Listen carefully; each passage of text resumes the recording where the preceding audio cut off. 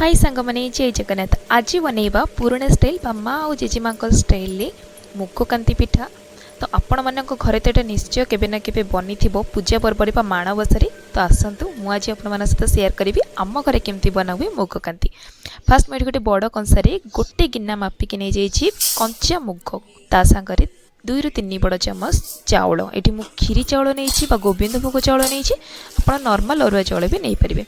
2-3 थर धोईदेला 4-5 घंटा बतुरी रखीदे। बतुरी गला गोटे मिक्सिंग जार में देदेबा अल्प पानी देके बाटे। बहुत अधिक पतला करेंगे और बहुत चिकन करेंगे, टी हल्का सुजी दाना टेक्सचर थी सेमती बाटीदेवे।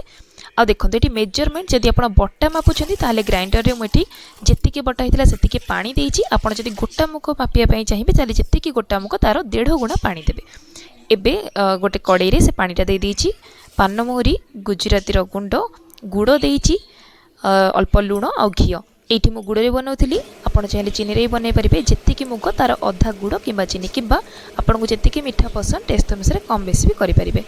एबे फुटण आसीगला गोटे फुटा आसीगला गोटे हाथ में आम बैटर को दबा, आ गोटे हाथ में कंटिन्यूअसली घांटा और फ्लेम को लो टू मीडियम रखिए। जमार भी हाई फ्लेम करेंगे। आ गोटे चामच करके घी मझे मझे दौथे। हार्डली आपको 2 ରୁ 3 चामच घी लगे। आ फ्लेम को लो टू मीडियम रखिए। जदि आप नुआ बनाऊँ पूरा फास्ट लास्ट लो ही रखिए। 15 ରୁ 20 मिनिट लगे ये जंतुणीटा बनवाई। देखो ये जंतुणी हल्का हल्का कड़े छाड़िया लगी। यही स्टेज आम गैस को बंद करदे। कड़े छाड़ीगला जंतुणा आम गोटे प्लेट रे घी लगेदेबा। ट्रेडिशनली तो यहाँ पतला कटन कपड़ा बना जाए, किंतु ओदा कपड़ा बना जाए।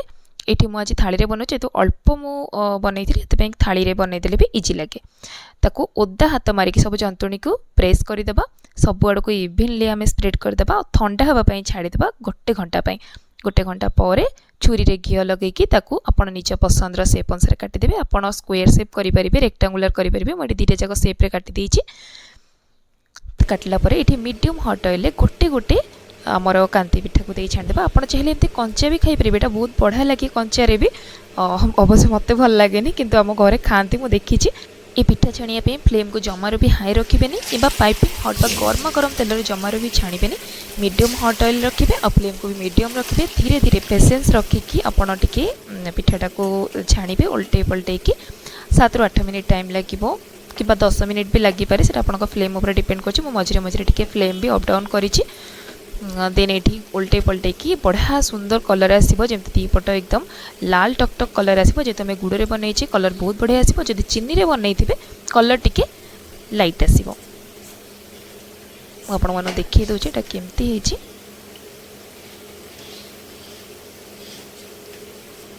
देखो ये परफेक्ट कलर आसी। गोटे पर गोटे कांति को बाहर करदेबा। आपण मानक ये कांति पिठार रेसिपी केमती लगे आज रेसिपी केमती लगे मत निश्चय जनइबे। जदि मो वीडियो आपको भल लगी लाइक चैनल को सब्सक्राइब करने सहित आपण फ्रेंड्स और रिलेटिव्स सहित शेयर भी करने। वीडियो को पूरा देखि आपण मानक बहुत बहुत धन्यवाद। आपण मैंने भी ये रेसिपीटा घरे निश्चय थे ट्राए करबा केमती लगे मत निश्चय जनइबे।